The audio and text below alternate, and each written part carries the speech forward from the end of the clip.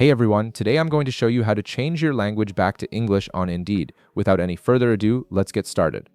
First, open your web browser and navigate to Indeed.com. Once the page loads, go ahead and log in using your account credentials.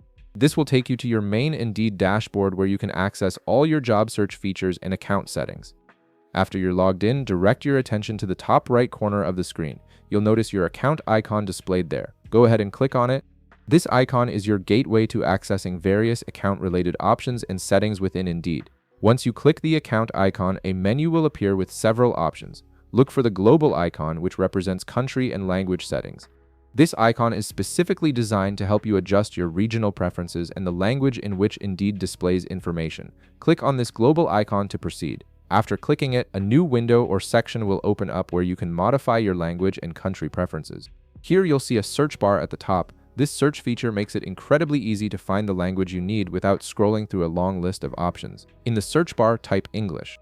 This will filter the available options and show you all the English language variants that Indeed supports.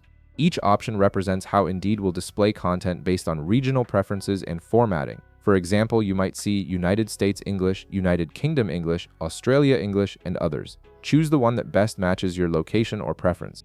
For instance, if you want the United States version, click on United States English. This selection will immediately apply your language settings. And that's it.